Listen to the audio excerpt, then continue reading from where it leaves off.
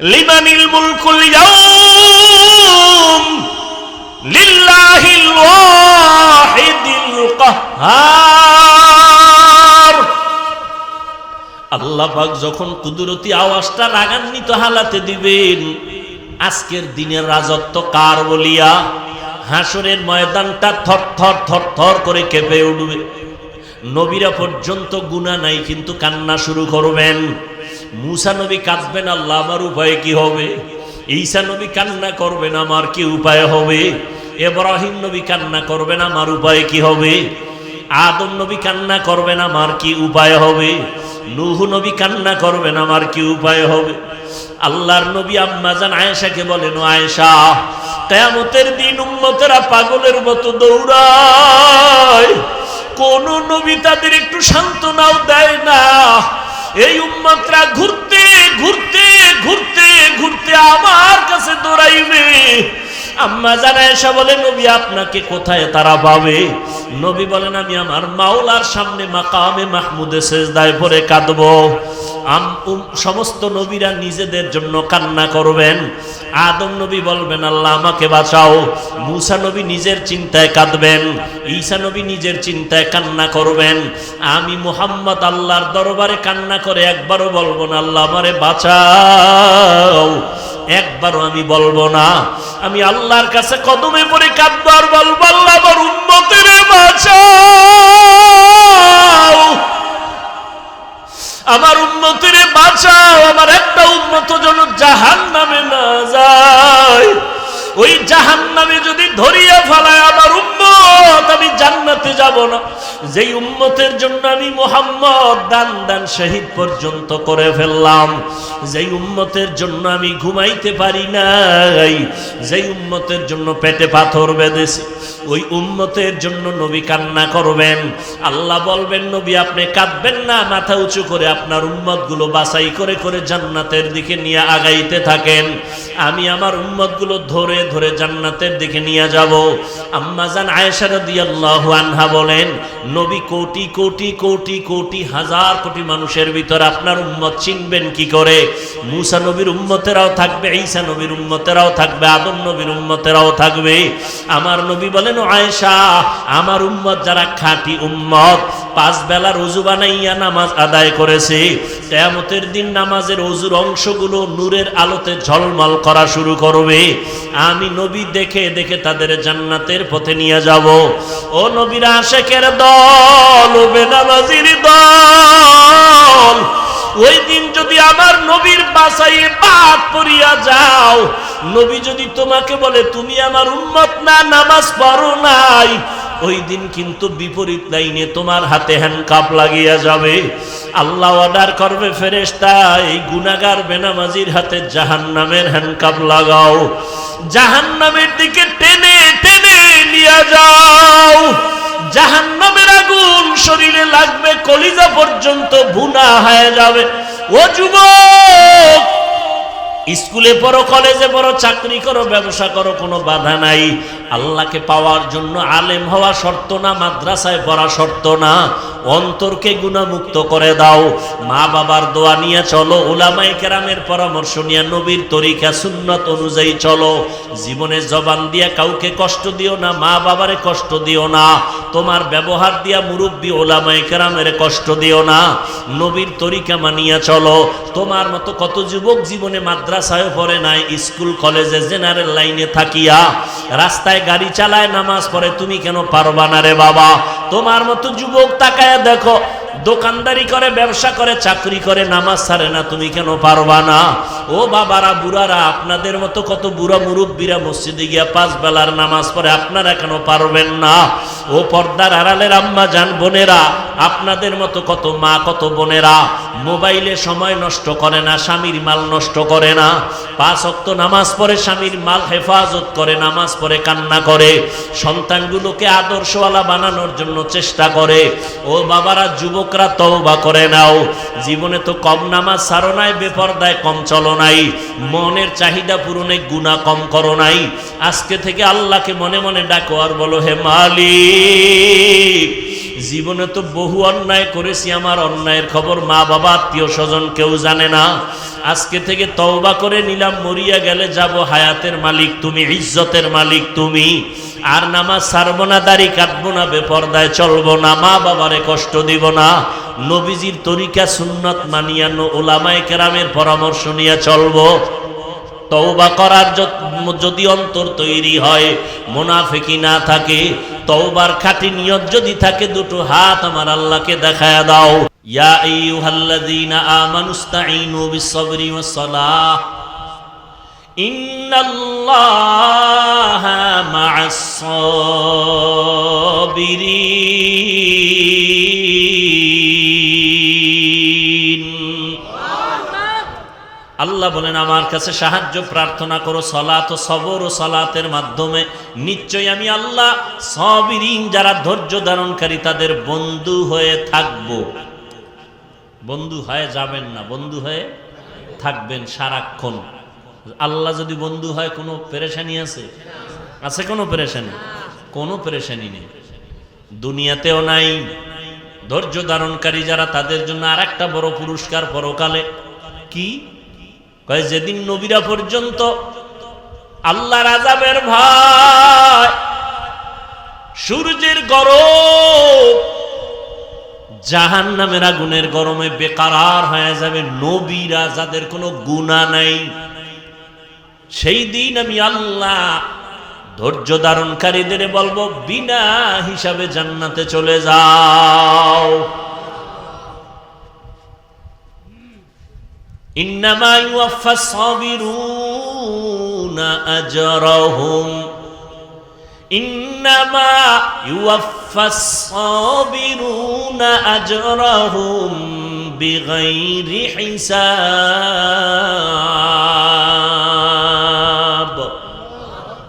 জান্নাত দিবেন বিগাইরে হিসাব।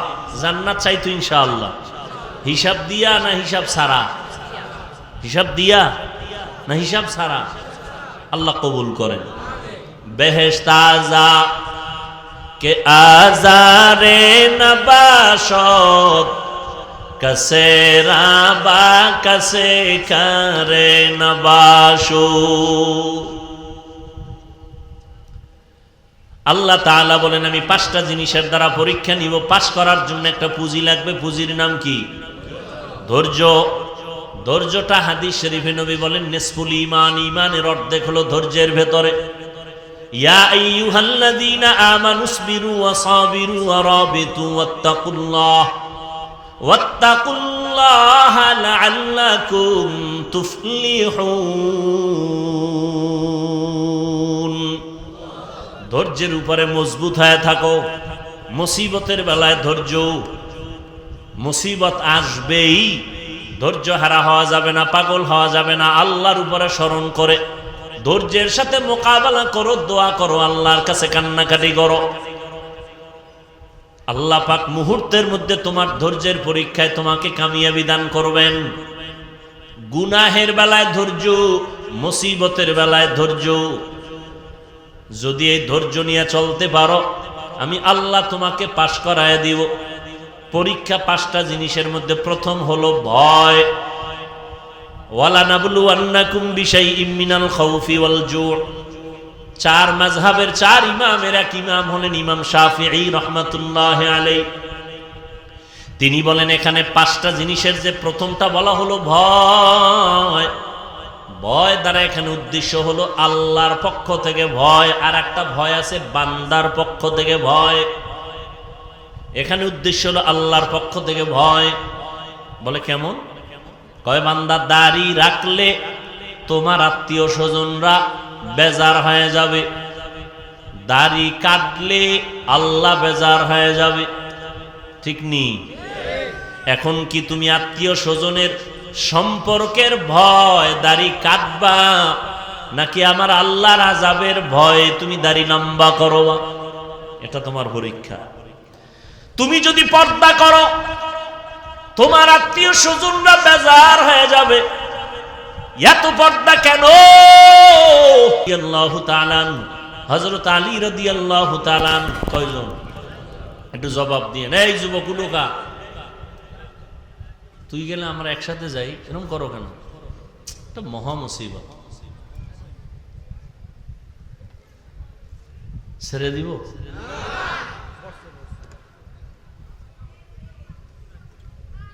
কি ব্যারাম, কি বয়ান করলে এরা বসবে আল্লাহ ভালো জানে।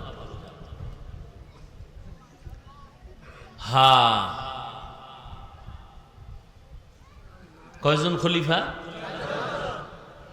এই 4 জন। আর সর্দারকে রহমতের নবী, এরা গেছেন কলিজার টুকরা রসুলের কলিজার টুকরা কন্যা, নাম বলেন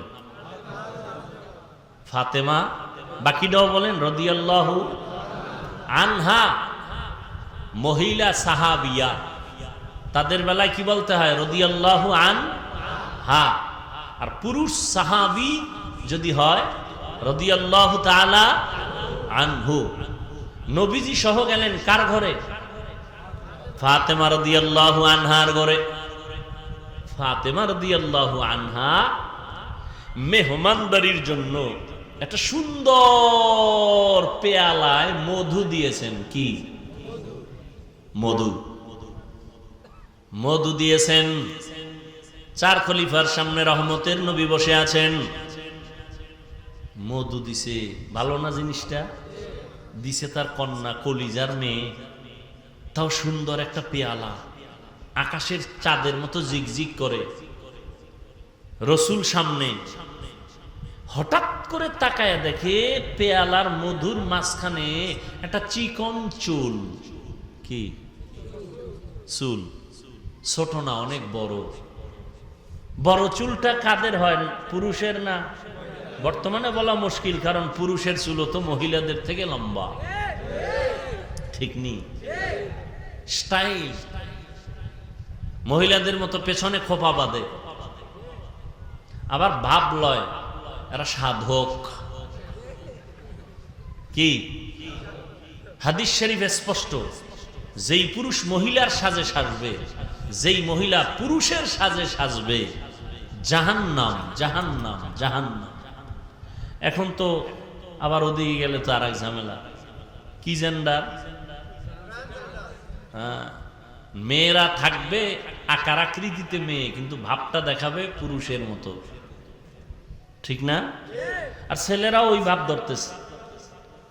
মেয়েরা জিন্স, ছেলেরা প্যান্ট শার্ট পরে, এখন মেয়েরাও, কথা বলে না পরে।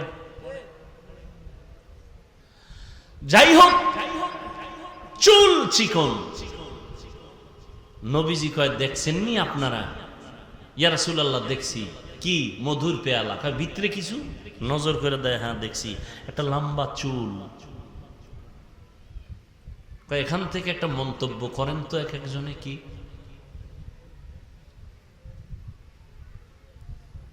আবু বকর বলে, আমি একটা মন্তব্য করি। বলে কি?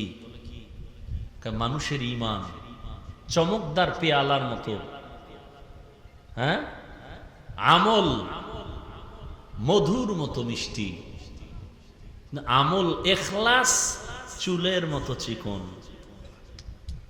চুলের মতো চিকন। ওমরে ফারুক, আপনি একটা মন্তব্য করেন। ওমরে ফারুক বলেন, ইয়া রাসূলুল্লাহ, আমি একটা মন্তব্য করি। দুনিয়ার চেয়ারে বসাটা পেয়ালার মতো চমকদার, আদল ইনসাফ প্রতিষ্ঠা করা, ক্ষমতায় বসিয়া মানুষের শাসন করা মধুর মতো মজা, কিন্তু ইনসাফ বজায় রাখা চুলের মতো কঠিন। চেয়ারেও বইছে, খুব মজা। চেয়ারে বলে একটা ভাবই তো আলাদা। কি ভাব? আলাদা। মানুষের বিচার আচার করে, এখানেও একটা মজা আছে না নেই? ডানেও টাকা, বামেও টাকা। ইনসাফ ঠিক রাখা কির মতো কঠিন? চুলের মতো কঠিন। ওসমান রাদিয়াল্লাহু তাআলা আনহু বলেন, ইয়া রাসূলুল্লাহ, আমি একটা মন্তব্য করি। বলে, করেন। রহমতের নবী আমার, আল্লাহ পাকের কোরআন ও হাদিসের ইলম এ পেয়ালার মতো চমকদার। আমল করা, ইলম অর্জন করাটা মধুর মতো মজা, কিন্তু ইলম অনুযায়ী আমল কইরা আল্লাহ পাওয়া চুলের মতো বড় কঠিন। এত সুন্দর মজলিসটা কেমন মনে করেন? দেখছেন নি নবীজি মজাক করে, মজা করতেছেন। নবীজি কি করতেছেন? মজা করতেছেন। খুব সুন্দর মজা। মজার মধ্য দিয়া হেদায়েতের আলো আসতেছে। কি আলো আসতেছে? আর আমগো মজার ভিতরে দিয়া গুনাহ আসতেছে। গুনাহ, মজা করি গুনাহ দিয়ে। নাউযুবিল্লাহি মিন যালিক। আল্লাহ হেদায়েত দান করে। হ্যাঁ, হযরত আলী আছে না নাই? নবী যদি অনুমতি দেন আমি একটা করি। হযরত আলী ডাক দিয়ে এখন, ইয়া রাসূলুল্লাহ, দিন কায়েম, দুনিয়াতে দিন কায়েমের জিহাদে যাওয়া পেয়ালার মতো চমৎকার, ওই রাস্তায় শাহাদাতের পেয়ালা পান করা মধুর মতো মিষ্টি, কিন্তু আল্লাহর মোহাব্বত নিয়ে যুদ্ধের ময়দানে জীবনকে বিসর্জন দেওয়া চুলের মতো বড় কঠিন। ফাতেমাকে আব্বা এত সুন্দর মজলিসে মতামত নিতেছেন, আমার একটা নিবেন না? নবী বলেন, মা তুমি বলো, তোমারটাই তো নিতে আসছি, বলো। ফাতেমা রাদিয়াল্লাহু আনহা বলেন, ওরে আব্বা জান, রহমতের নবী আমার, আমি তো নারী হিসাবে নারীদের বিষয়টাই টানি। বলে কি? কয় নারীদের পর্দা করা পেয়ালার মতো চমৎকার, পর্দা রক্ষা করিয়া চলা, চেহারাটা পেয়ালার মতো চমৎকার, আর পর্দা জীবনে কায়েম করা এটা হলো মধুর মতো মিষ্টি। কারণ যেই মেয়েটা হাত কাউকে দেখায় না, চেহারাটা কাউকে দেখায় না, ওর একটা ভেতরে পাওয়ার থাকে আলাদা, সতীত্ব নষ্ট করে না, এর পাওয়ার আলাদা। ফাতেমা বলেন, ইয়া রাসূলুল্লাহ, কিন্তু বেগানার নজর থেকে নিজেকে বাঁচাইয়া রাখা চুলের মতো কঠিন। বাদ আছে কে? কথা হয় না। নবী কয়, আমি একটা কইতাম না? নবী সবাই কয়, আপনি একটা তো কইবেন ইয়া রাসূলুল্লাহ। এর মধ্যে জিবরাইল হাজির। জিবরাইল কয়, এত সুন্দর মজলিস চলতেছে, আমি কি কমু না? আমি কি বলবো নবী রাসূল? হ্যাঁ বলেন। জিবরাইল ডাক দিয়া বলেন, ইয়া রাসূলুল্লাহ,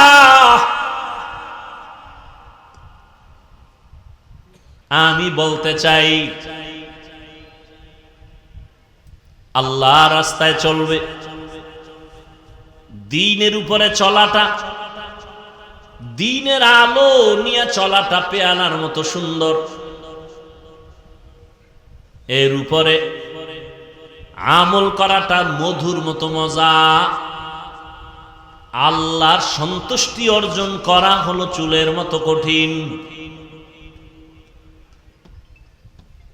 জিবরাইল কয়, আমনে গো মজলিস দেখা আল্লাহও কিছু কইতে চাইছেন, আল্লাহও বলতে চান। আল্লাহ, নবী বলেন, আল্লাহ বলার আগে আমারটা বইল লই। নবী বলেন, আমি আল্লাহর মারিফত অর্জন করা পেয়ালার মতো চমৎকার, চমকদার। আর মারিফতের মজা অন্তরে জমা করার নাম মধুর মতো মিষ্টি। আল্লাহর পরিচয় লাভের নাম মারিফত। মারিফতটা পেয়ালার মতো চমৎকার, আর আল্লাহর পরিচয় অন্তরে ধারণ করা হলো মধুর মতো মিষ্টি। কারণ যার মধ্যে আল্লাহর পরিচয় একবার আসবে, সে হবে আল্লাহর আশিক। ও যুবক, মুসলমান, আমিও মুসলমান। তোমার আল্লাহ আমার আল্লাহ এক, তোমার নবী আমার নবী এক, তোমার ধর্ম আমার ধর্ম এক, তোমার কাবা আমার কাবা এক, তোমার কালেমা আমার কালেমা এক। ও নবীর আশিক, তুমি যে আল্লাহর গোলাম, আমিও সে আল্লাহর গোলাম। তুমিও যে নবীর উম্মত, আমিও সে নবীর উম্মত। তুমি যে কালেমা পড়েছো, আমিও সেই কালেমা পড়েছি। তোমার যে কাবা, আমারও সেই কাবা। তোমার যে ধর্ম, আমারই সে একই ধর্ম। অথচ তোমাকে পায়ে ধরে ধরে ধরে ধরে বয়ান করার পরেও তুমি দাঁড়িয়ে রাখতে চাও না। আমি দাড়ি কাটতে লজ্জা পাই, তুমি দাড়ি রাখতে লজ্জা পাও। তুমি কেমন মুসলমান? আমি টুপি মাথায় না দিলে লজ্জা লাগে, তুমি মাথায় টুপি দিতে লজ্জা লাগে। তুমি কেমন মুসলমান? আমি আল্লাহর ঘর মসজিদে না ঢুকলে লজ্জা লাগে, তোমার মসজিদে ঢুকতে লজ্জা লাগে। তুমি কেমন মুসলমান? আজকে তো হিন্দুদের যদি এত কষ্ট করে বয়ান করতাম অনেক লাভ হতো। 6 মাসও লাগতো না, আমার দেশের হিন্দু বৌদ্ধ দল মদিনার আশেক হয়ে যেত ইনশাআল্লাহ। কিন্তু 12 মাস কুত্তার মতো দৌড়াই। সব আলেম ওলামারা না খাওন আছে, না ঘুম আছে, না সুস্থতা আছে। এত পেরেশানি করে পাও ধরে ধরে ধরে ধরে বয়ান করি। একবারও কিন্তু বলি নাই আমি 5 কল্লি টুপি মাথায় দিয়েছি, তোমরাও দাও, না হয় জাহান্নামে যাবা। একবারও বলি নাই। অন্য টুপিওয়ালারে গালিও দেই নাই। আমি কওমি মাদ্রাসার সন্তান, কোনোদিন আলিয়ার বিরুদ্ধে বলি নাই, স্কুল কলেজের বিরুদ্ধে বলি নাই। আমি তাবলিগের লাইনের সন্তান, যারা তাবলিগ করে না এদের একটা গালিও দেই নাই। আমি নাবির নিচে হাত বেঁধে নামাজ পড়ি, যারা বুকে হাত বেঁধে নামাজ পড়ে গালি দেই নাই, হিংসা করি নাই। আমরা 20 রাকাত তারাবি পড়নেওয়ালা মুসলমান, 8 রাকাত ওয়ালাদের গালি দেই নাই, হিংসা করি নাই। তুমি আমার 20 রাকাত নিয়ে কেন এত অ্যালার্জি? তুমি আমার কওমি নিয়ে কেন অ্যালার্জি? তুমি আমার টুপি নিয়ে কেন এত তোমার অন্তরে ব্যথা? আমি তোমার আলহামদুর পরে আস্তে আমিন বলি, তুমি জোরে জোরে আমিন বলো। কোনোদিন তর্কে যাই না, গালিও দেই না, হিংসা করি না। তুমি আমার আস্তে আমিন নিয়ে এত অন্তরে কেন এত ব্যথা নিয়ে চলো?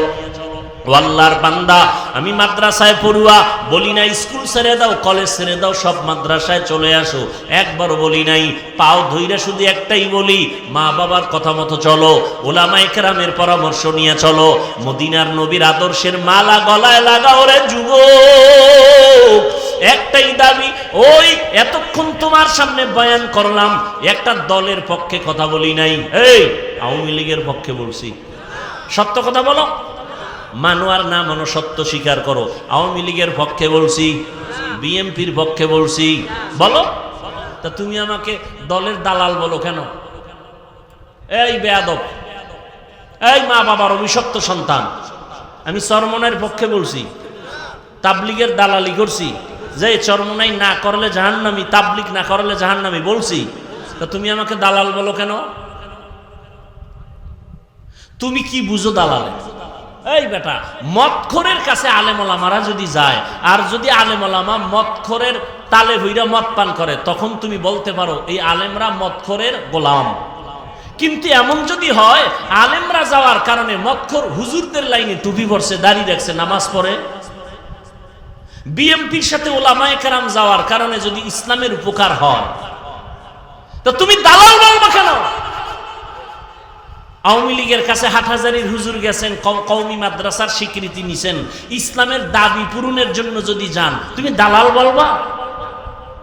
কি পেয়েছো? এই বেয়াদবি, এই দুঃসাহস কে তোমাকে দিয়েছে? ক্লাস 5-এ পড়ে, আলিয়ায় দাখিল পড়ে, কওমি মাদ্রাসায় কাফিয়া শারহে বেকায়া পড়ে, এরকম কিছু বেয়াদব ফেসবুকে একজন বড় আলেমের নামে ফট করে লিখে দেয় দালাল। আল্লাহ হেদায়েত দান করুন। আল্লাহ, এরে যুবক, রহমতের নবী বলেন, আল্লাহর মারিফত অর্জন করা পেয়ালার মতো মজা। মারিফতের মজা যখন অন্তরে লাগবে তখন মধুর মতো মিষ্টি। আল্লাহকে যখন চিনতে পারবা তখন তোমাকে জীবনে কেউ জীবন নিয়ে নিবে, কিন্তু ঈমান কেড়ে নিতে পারবে না। ফিলিস্তিনের দিকে তাকাও, ইসরায়েলি জালেমের গোষ্ঠী ফিলিস্তিনের উপর আক্রমণ, বলে জমিন ছেড়ে দাও, বাইতুল মাকদিস আমাদের হাতে দাও। মুসলমান বলে আল্লাহর জমিনে আছি, তোমাদেরটা খাই না, আল্লাহ রিজিক দেন, জীবনটা দিয়া দিব, কিন্তু আল্লাহর ঘর হেফাজতে পিছপা হব না। আল্লাহ 5টা জিনিসের দ্বারা পরীক্ষা নিবেন। 1 নাম্বার হলো ভয়। ভয় ভয় ভয়টা আবার 2 প্রকার, আল্লাহর পক্ষ থেকে ভয়, বান্দার পক্ষ থেকে ভয়। বুঝেননি? এই ভয়ের উপরে যদি আলোচনা করি আরো 1-1.5 ঘন্টা চলে যাবে, ছেড়ে দিলাম। এই ভয়টাকেই বলে তাকওয়া। قال النبي صلى الله عليه وآله وسلم اتق المحارم تكن أعبد الناس। রহমতের নবী বলেন, তোমরা গুনার হারাম অবৈধ জিনিস থেকে নিজেকে বাঁচাও, তো মানুষের কাছে আল্লাহর কাছে দামি হয়ে যাবে। এই ভয়ের নাম তাকওয়া। যারা ভয়টা করবে তাদের নাম মুত্তাকি। আল্লাহ পাক রব্বুল আলামিন এই ভয় অন্তরে জমা করার কথা বলছেন। অর্জন করা লাগবে, অন্য জায়গা থেকে নিজে নিজে অর্জন করা যায় না। এই তাকওয়া যাদের অন্তরে থাকবে আল্লাহ তাদেরকে দুনিয়াতে 6টা পুরস্কার দিবেন, পরকালে দিবেন 2টা। পরকালের প্রথম পুরস্কার বিনা হিসাবে জান্নাত, পরকালের দ্বিতীয় পুরস্কার হলো পর্দা ছাড়া ডাইরেক্ট আমার আল্লাহর সাথে হবে মোলাকাত। ডাইরেক্ট আল্লাহর সাথে মোলাকাত হবে। জিব্রাইলের মন্তব্যটা হইছে না হয় নাই? নবীরটা বাকি রইল কারটা? আল্লাহ বলেন, জিব্রাইল বলো, এত সুন্দর চমকদার মজলিসের মধ্যে আমি আল্লাহ একটা মত দিতে চাই। 4 খলিফা আমার নবীর কলিজা ফাতেমা, আমার রহমতের বন্ধু রহমতের নবীরে জানায় দাও, জান্নাতটা কিন্তু পেয়ালার মতো চমকদার হবে, এত সুন্দর। আর জান্নাতের ভেতরের নাজ নিয়ামত হবে মধুর মতো মজা, এত মজা। জান্নাতের মধ্যে কোনো অশান্তি নাই, কোনো বাথরুম নাই। আল্লাহ তাআলা হুর দিবেন 70টা করে, এমন সুন্দর রুম আল্লাহ সাজাইছেন, মধুর মতো মজা। কিন্তু এই জান্নাত পাওয়ার জন্য যে কাজগুলো করা লাগবে, কাজ দুনিয়াতে করা চুলের মতো বড় কঠিন। হ্যাঁ, 2 নাম্বার পরীক্ষা হবে আল্লাহর পক্ষ থেকে, ওয়াল জু, ক্ষুধার মাধ্যমে। ইমাম শাফিঈ রাহমাতুল্লাহ আলাইহি বলেন, এখানে ক্ষুধা দ্বারা উদ্দেশ্য হলো রোজা। যেমন গত রমাজানে অনেক মুসলমান এখানে আছে রোজা রাখে নাই, চায়ের দোকানে বৈশা গল্প করছে আর বলছে রোজা রাখো না কেন? বলে আমার ঘরে কি ভাতের অভাব, আমি রোজা রাখবো কেন? এরকম কুলাঙ্গার চাঁদপুরে নাই? আমরা কি আসলে ভাতের অভাবে রোজা রাখছি? হ্যাঁ, ওরে রোজা তো হিন্দুরাও রাখে, খ্রিস্টানেরাও রোজা রাখে, ইহুদিরাও রোজা রাখে, তবে তাদের নাম আলাদা, সিস্টেম আলাদা। তাদের নাম হলো না খাওয়ার সাধনা। না খাওয়ার সাধনা হিন্দুরাও করে, বৌদ্ধরাও করে, ইহুদিরাও করে, খ্রিস্টানেরাও করে, সব ধর্মে আছে। আমাদেরটা না খাওয়ার সাধনা না, আমাদের সাধনা হলো না খাওয়ার মাধ্যমে আল্লাহ পাওয়ার সাধনা। ইয়া আইয়ুহাল্লাযীনা আমানু, ও মুমিন, কুতিবা আলাইকুমুস সিয়াম কামা কুতিবা আলাল্লাযীনা মিন ক্বাবলিকুম লাআল্লাকুম তাত্তাকুন। ক্ষুধার মাধ্যমে আল্লাহ পরীক্ষা নিবেন। ওরে শুধু কি সওয়াবের কথা? ওরে শুনো না, এই মোবাইল যারা চালাও, আজকে বাসায় গিয়ে গুগলে সার্চ দিও, গুগলে সার্চ দিও রোজার দ্বারা শরীরের ফায়দা কি। সমস্ত চিকিৎসা বিজ্ঞানীরা একমত, শরীর কন্ট্রোলিং পাওয়ার যা আছে, আল্লাহর কুদরতি কিছু পাওয়ার, এর মধ্যে একটা পাওয়ার শরীরের ব্যালেন্স ঠিক রাখার জন্য আল্লাহর পক্ষ থেকে অপরিহার্য একটা আইন হলো রোজা। শরীর সুস্থ থাকার একটা অপরিহার্য আইন, একটা নিয়ম, একটা ঔষধ রোজা। কপাল পরারা রোজারে বানাইছে রোগের কারণ, রোজা রাখলে গ্যাস বাড়ে, রোগ বাড়ে, অথচ আল্লাহ পাক এই রোজা দিছেন রোগের ঔষধ, আর হে ঔষধের বানাইছে রোগ। কত বড় নিমক হারাম। আর রসুল শুধু কি রমাজান, আরাফার রোজা রাখছেন, আশুরার রোজা রাখছেন, আসতেছে মুহররমের রোজা, আশুরার রোজা। রহমতের নবী সোমবার বৃহস্পতিবার সপ্তাহে রোজা রাখতেন। আমি অহংকারের জন্য বলি না, একটু বুঝাবার জন্য বলি। আল্লাহর বহু বান্দারা রোজা রাখে সোমবার বৃহস্পতিবার। আলহামদুলিল্লাহ, আমিও চেষ্টা করি রাখার জন্য। এত সফর করি, এত কষ্ট করিও যদি আমি রোজা রাখতে পারি, বাবা তুমি কেন পারো না? ফরজ রোজা রমজানে রাখবা, শরীরটা সুস্থ থাকবে।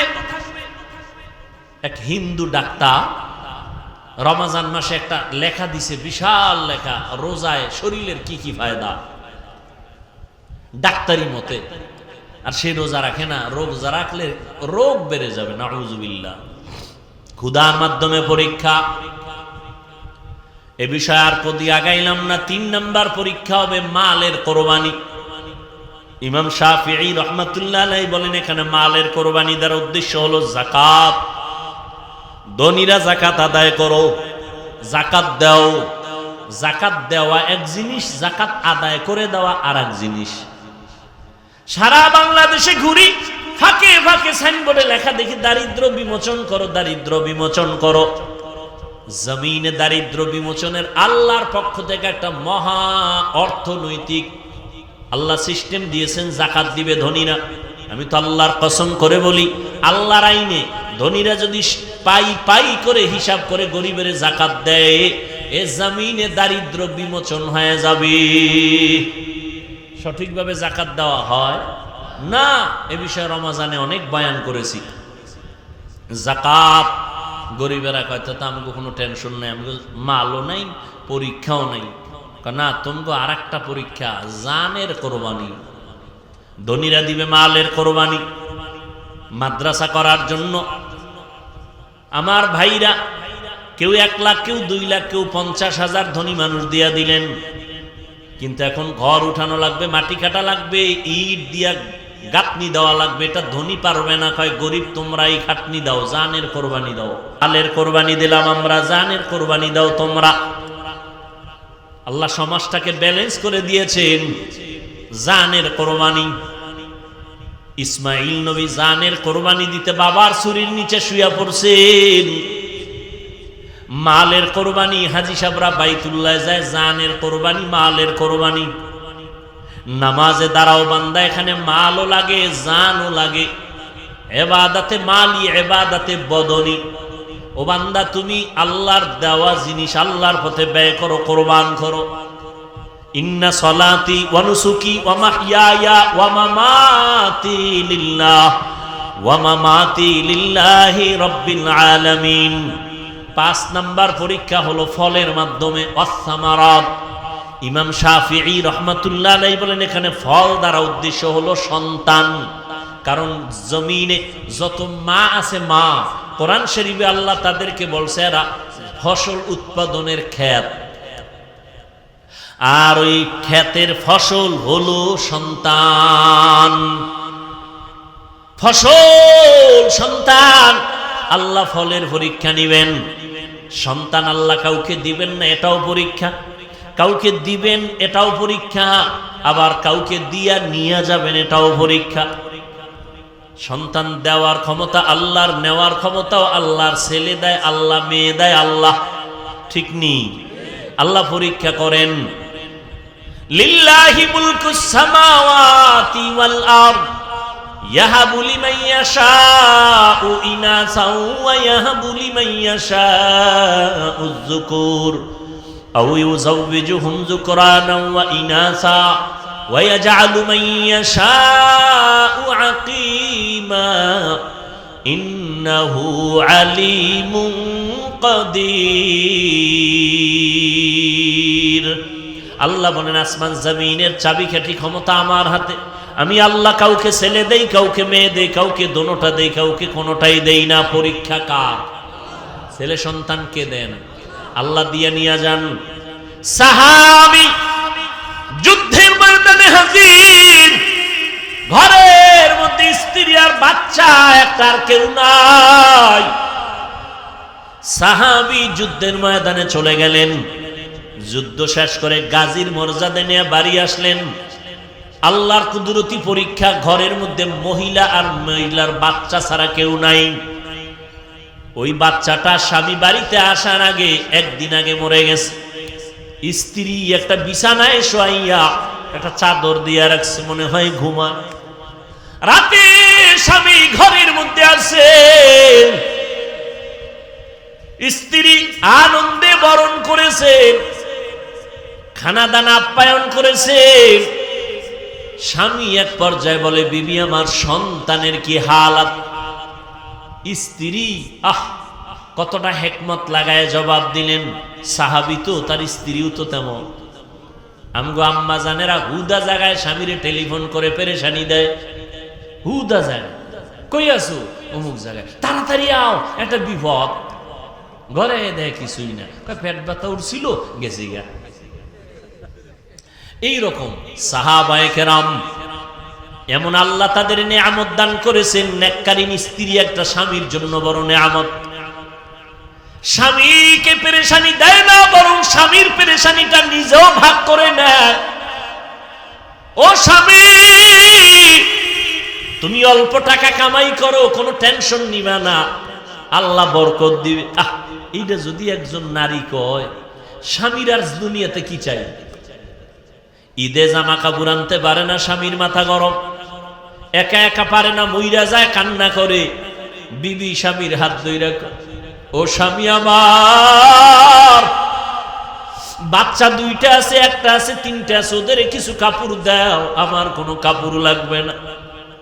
আল্লাহ যেদিন তোমারে টাকা দিবে সেই দিন তুমি আনবা। এখন আমরা কোন রকম চলবো ইনশাআল্লাহ, কোনো টেনশন নিবা না। এমন একটা সাহস যদি আম্মা জান স্বামীরে দেয়, ওই স্বামী কোনোদিন হালাল টাকা ছাড়া কারো হক নষ্ট করে হারাম টাকা ঘরে নিবে না। আর যেই মহিলা খালি স্বামীর টাকা চুরি করে, চুরি করে বড় স্টেশন ধরায়, ঠিক নি? এরপরে হকাস মার্কেটে যায়, আরো কত কত নতুন নতুন মার্কেটে দৌড়ায়, ঠিক নি? স্বামী যত আনে নাই, যত আনে নাই, যত আনে নাই।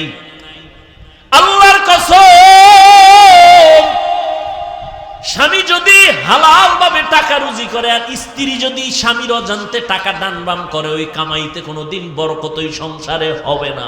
এজন্য একটা প্রবাদ আছে না, সংসার ধ্বংস হয়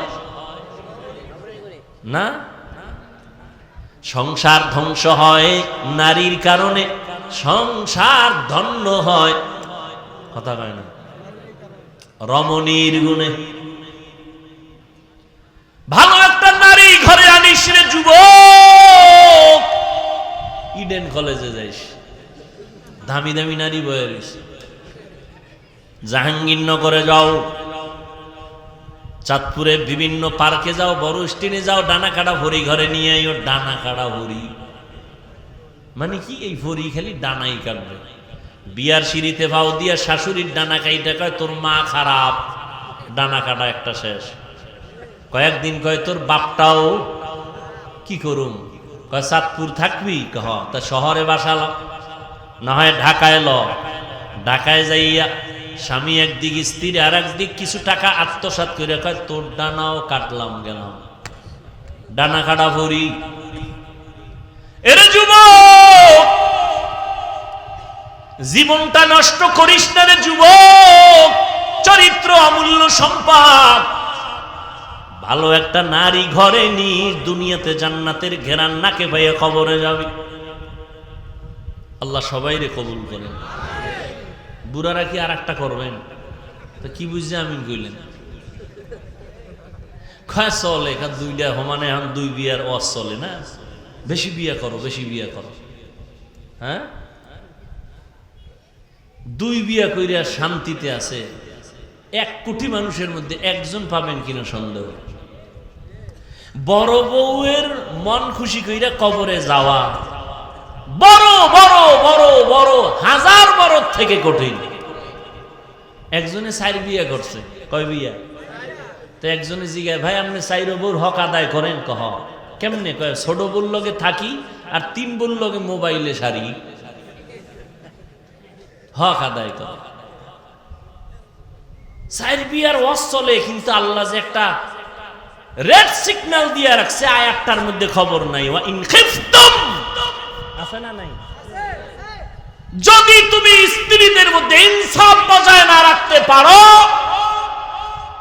খবরদার ফাওয়াহেদা একটা নিয়ে থাকো, না হয় স্ত্রী তোমার জাহান্নামে যাওয়ার কারণ হয়ে যাবে। আল্লাহ মাফ করুন। সব ধ্বংসের পেছনে মোবাইল। হ্যাঁ যুবকেরা, চরিত্র সুন্দর করো, ডাক্তার হও, আদর্শবান হও, ইঞ্জিনিয়ার হও, আদর্শবান হও, জীবনে সম্মান দেখবা কাকে বলে। দুনিয়ার মানুষ তোমার পায়ের নিচে গুরু গুরু গুরু করবে, সম্মান। চরিত্র লাগবে, চরিত্র। আর লাগবে শারীরিক সুস্থতা। চরিত্র ঠিক রাখতে হলে রাতের ঘুম, মোবাইল থেকে দূরে থাকো। সুস্থ থাকার জন্য অপরিহার্য কর্তব্য রাতের ঘুম। দোনোটাই নষ্ট করছে এই রাতের ঘুমও নাই, চরিত্রও ঠিক নেই। কার কারণে? মোবাইলের কারণে। রাতের ঘুম নাই তো শরীর নষ্ট। দেখো না, কার্টুন দেখতে দেখতে যুবক নিজেই কার্টুন হয়ে গেছে। চেহারার মধ্যে কোনো উজ্জ্বলতা নাই, তাকাইলে মায়া লাগে না। মাত্র 25, 26, 27 বছর বয়স যুবকের চেহারা ভাল্লুকের মতো, চুলগুলো উল্লুকের মতো। কবিরা গুনাহ করে সারা রাত। আর এখন নতুন মরণের আর এক ফাঁদের নাম বাইক। কি বাইক? ওখানে বইলেই শরীর খালি আগুন লাগে, আগুন গরম হয়। আর পেছনে যদি বিপরীত পার্স থাকে তো আরো আগুন। আল্লাহ হেদায়েত দান করুন। আবার ঢুকেও যায় ট্রাকের তলে নেই, একসাথে 2 জন, 11 জন। আহা, আল্লাহ হেদায়েত দান করুন। এরে যুবক, ভালো করে বুঝো, আল্লাহর মোহাব্বত নিয়া জীবনটারে সুন্দর করে আগাও। সাহাবী যখন বলে আমার সন্তান কই, মরে গেছে, কয় না, কয় আমার সন্তান ঘুমায়। আসলে তো মরে গেছে। যদি এখন বলি স্বামীর মনটা খারাপ হবে, যুদ্ধ পরিচালনা করে আনছে, স্ত্রী সান্ত্বনা দিছে, ঘুমায় তো বাবাও নিশ্চিন্তায় ঘুমায় গেছে। ফজরের আজান হয়ে গেল, দুজন উঠে ফজরের নামাজ আদায় করে। এবার স্ত্রী স্বামী ডাক দিয়া কয়, স্বামী আমার মনটা খুশি নি। বলে খুশি? একটা কথা বলবো, শুনবেন নি? কয় শুনবো। মনে কষ্ট নিবেন না তো? কয় না। শুনেন, আপনারা খেয়াল করেননি, আমি 2 মিনিটে মোনাজাত দেব একটু। আর যারা গুনা টুনা নেই, এগো মোনাজাতেরও কি নেই, দরকার নেই। স্ত্রী ডাক দিয়া বলে, স্বামী আমার, কেউ যদি আপনার কাছে কোনো জিনিস আমানত রাখে, রাখবেন নি? কয় রাখবো। সময় মতো চাইলে দিবেন নি? কয় দিব। কয় দিতে গিয়ে মনে কোনো কষ্ট পাবেন নি? কয় না। দেখছেন নি কারবার, বুঝেননি? স্ত্রী ডাক দিয়ে কয়, স্বামী আমার, আল্লাহ তাআলা আমাদেরকে একটা সন্তান দিয়েছেন, আমানত। আল্লাহ আমানত হিসেবে দিয়েছেন। সময় হয়ে গেছে, গত পরশুদিন আল্লাহ নিয়ে গেছে। এই কথা শুই না স্বামী একটা চিৎকার মেরে পড়ে গেছেন। হুশে আইসা ডাক দিয়া কয়, বিবি, আল্লাহ সন্তান দিছেন, নিয়ে গেছেন, দুঃখ নাই। তবে হাদিস আর কোরআনের বয়ানে যা বুঝলাম, ধৈর্যের পরীক্ষায় তুমি পাস। আমি নিশ্চিত তুমি জান্নাত পেয়ে যাবারে বিবি। তুমি আমার হাতে হাত রাইখা একটু ওয়াদা দাও, জান্নাতে যাওয়ার সময় আমারে নিয়ে যাইবেন।